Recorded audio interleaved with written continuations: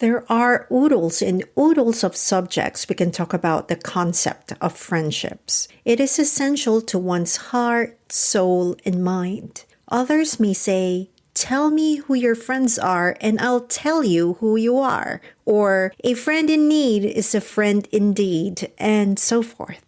This is a vast topic, so I'll share how I view my midlife friendships.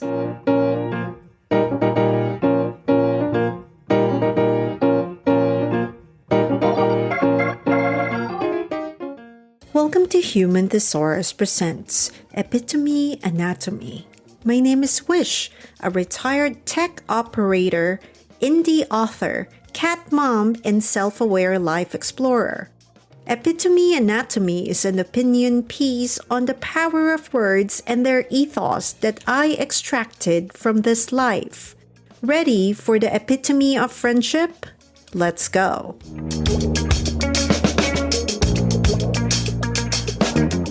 Our keyword is friendship.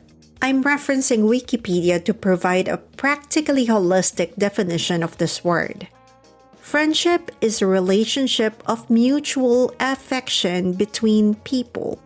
It is a stronger form of interpersonal bond than an acquaintance or an association, such as a classmate, neighbor, co-worker, or colleague. Although there are many forms of friendship, certain features are common to many such bonds, such as choosing to be with one another, enjoying time together, and being able to engage in positive, supportive roles for one another. The first known use of friendship dates to before the 12th century, the word, not the friendship itself. It came from Old English "vriendschap," which means friendship, mutual liking, and regard.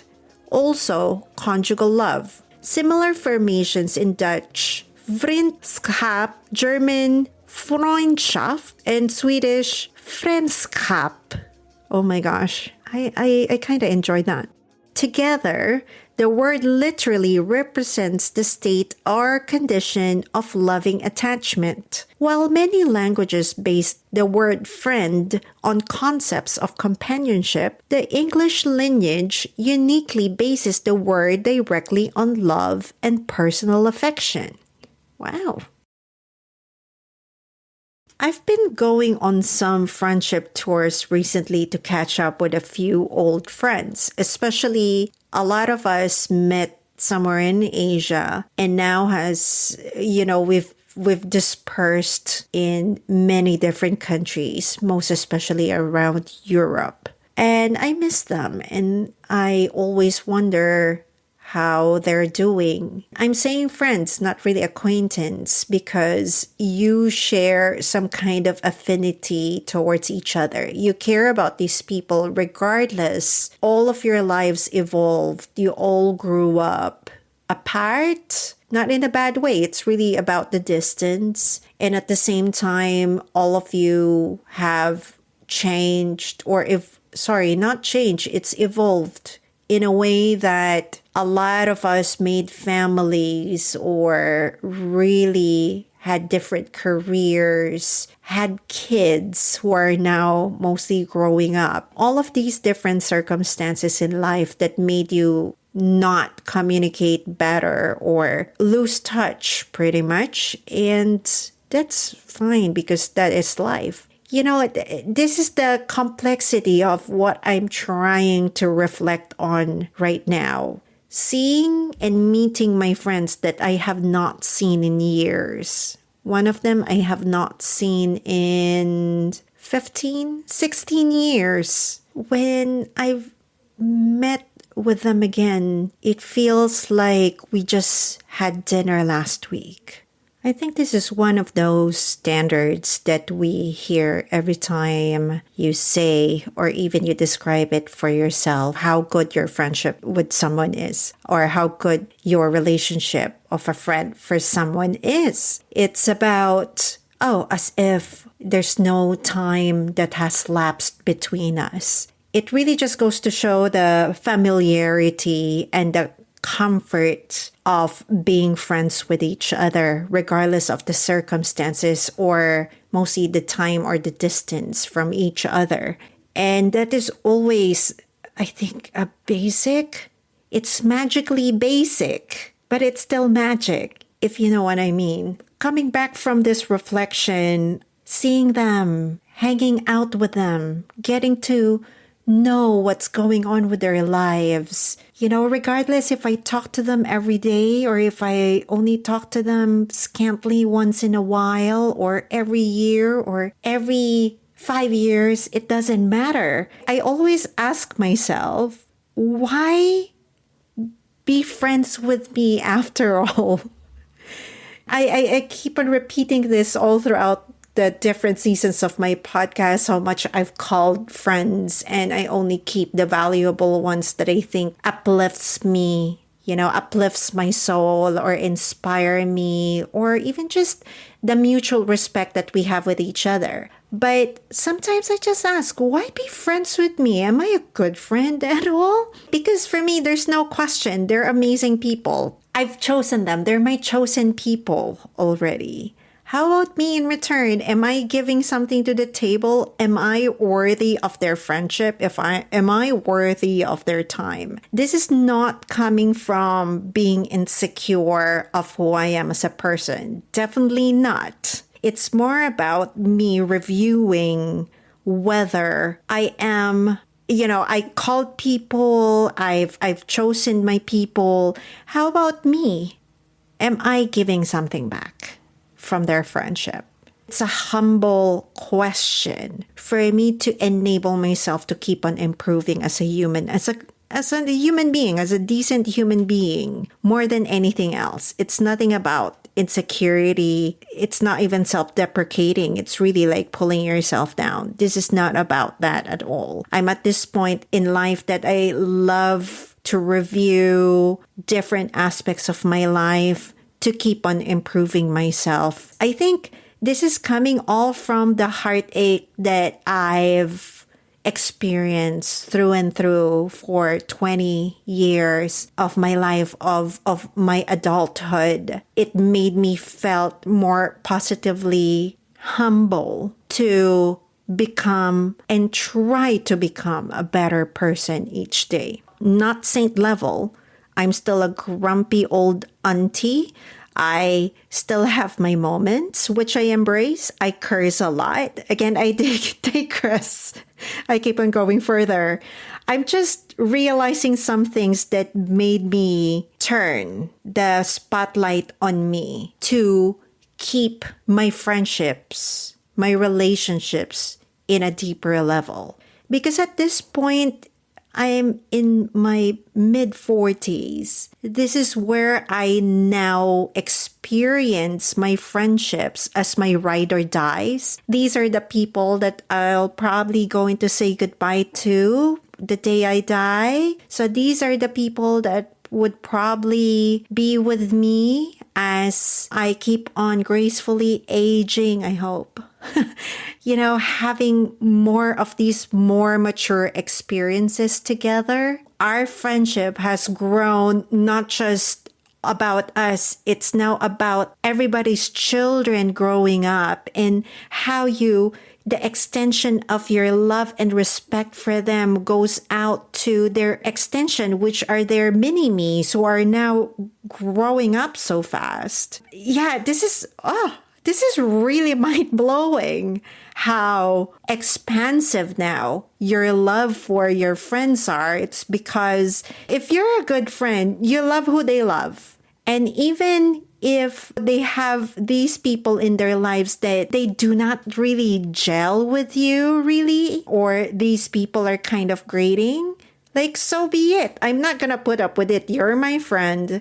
But if you love this person and you're happy and I could see there's no violence or it doesn't destroy you as a human being, then so be it, right? Oh, yeah. Okay. Then let's go to my next point, which will be, I think one of the most humbling experience for me is understanding that being in a friendship, it's not about me. It's about my friend.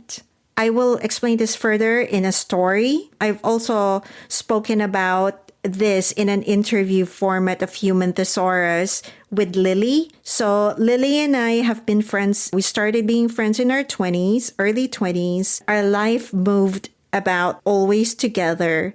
And then at some point in our friendship, we had quite, I think it's a quiet parting. We just moved on from each other. But at that time, I felt betrayed. I really felt that she didn't trust me or she didn't know me enough, that she was not comfortable enough to tell me what her choices during her crossroads are, and I was the last to know. Throughout time, I think she never gave up on me. She would always randomly send me postcards. She would message me to ask me how I am or if she misses me. I was so heartbroken and offended in a way that I just really did not want to have to do anything with Lily. But one day I woke up. This is after 4 or 5 years. I woke up and I was going through a turmoil for myself and anger. And during that cycle of me trying to, it's like bookkeeping. I was bookkeeping my life and I suddenly realized something. As you heard my statement earlier, I felt this. I felt that. I made Lily's issue about me, when it's never about me. She did what she had to do for her life, for her sake. And that's good because she's in a better place now and she's still improving and she's happy and she's fulfilling her dreams and all of these things. This is where I think one of the biggest lessons I will ever have in my life. And now understanding that in a friendship, my friend's story is their story. When I enter that story, I should be there backing them up. I should be there backing my friend, listening to their story and their situation and all of their drama, whatever, turmoil, drama, success, happiness, anything positive, anything negative, but anything that embodies my friend. It's their story and I'm there to be a spectator, active listener and a spectator of their lives. And that should not be about me. It's about them sharing their life with you. It's the same as, being married. Okay, going back to the friendship. So my point here is me. I think the biggest thing about me right now, going through this friendship tours, is me showing my friends that I could show up for them, cheering them on with their stories up and down, regardless and no judgment because they are my friend. It's not also just one way. I'm not carrying all of their burden. I'm there to listen. I'm there behind them, right behind them as a backup. But if they need my help, I'm going to be there. If I need to punch someone, I'm going to punch someone for them. Again, depending on the situation, their story will be my story because I'm their friend. I'm their bookkeeper. I'm I'm my friend's keeper. I will be there to feel with them, with their experience. It's a privilege for me to be trusted enough with their stories and their heartaches and their happiness and their joys, their successes and all of that. So this is how I view my friendships. This is how I am with my friendships nowadays. I set aside my personal ego and pride of what I think about what's happening with them. Yes, I still feel angry for them. I still feel excited for them. All of that. But that's their story. I know now how to separate these two. And again, it took me quite some time to be in this position, to be this kind of friend, to be humbled down by life itself. Nobody can really tell you how to become a good friend. I'm not going to tell you how to become a good friend. I'm sharing with you how I came about, on what's my answer, on how to become a better friend. In the past few years, I just wanted to become a better friend. I cannot tell you how to become one. Just be the way you know how. You cannot try too hard. I think friendship as two-way, as a mutual admiration or a mutual love and respect is very important. In the grand scheme of things, we all have different personalities. We all have different, traumas, baggages, heartaches, joys, successes. We all have different lives altogether. When we come to our friend group, to one friend or your best friend or your BFF or anything of this sort of kinship, you bring something to the table, which is you. The common theme that I could see from afar when it comes to friendship. It's all about safe space. When you go to that friend, you're not going to be like, oh, she may judge me. Oh, she's going to get angry at me. Oh, like there's always, something. It should be a safe space that they're comfortable enough to come to you to something embarrassing or something really threatening or something. It has to be a safe space full of honesty, no judgment, and friendships grow. They turn a page all the time. Some friendships, right? They come and go because you're not in the same page or you have completely different lives and expectations and they were just there for that time of your life. That's also amazing. You appreciate those friendships where they were as they were at that time. But they were these long-lasting friendships or your ride or die where you constantly get to know them. And that's the exciting part because you're there during their evolution of their lives and they're also there for you seeing how much you've grown. Or even let's say it's just as simple as I have my mom friends and they keep on saying, I'm so sorry, I can't give you more time, or I'm so sorry, I have to bring my kids with me. There's always, I'm so sorry. And I always there, oh, shut up. I'm here.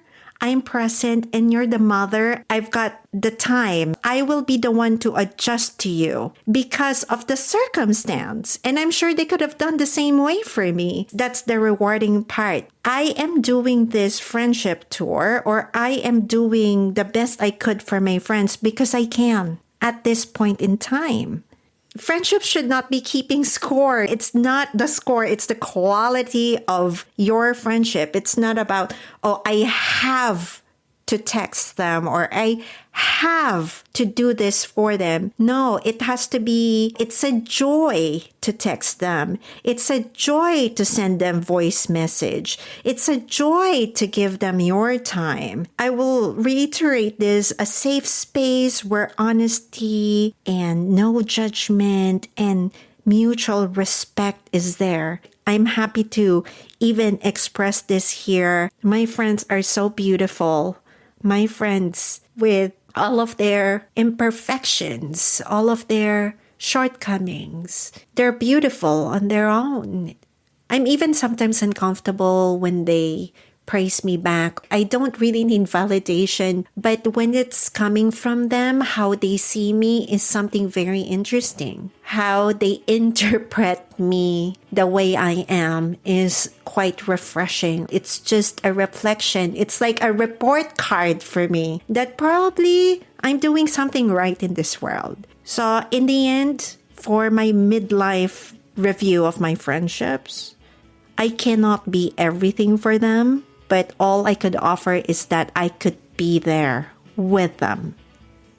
So how about you in the word of friendship and its meaning? What have you been doing with your friendships? Please comment. I'd love to hear from you. I have a direct message via text or voicemail on top of my episode summary. So check it out. Until next time, ciao.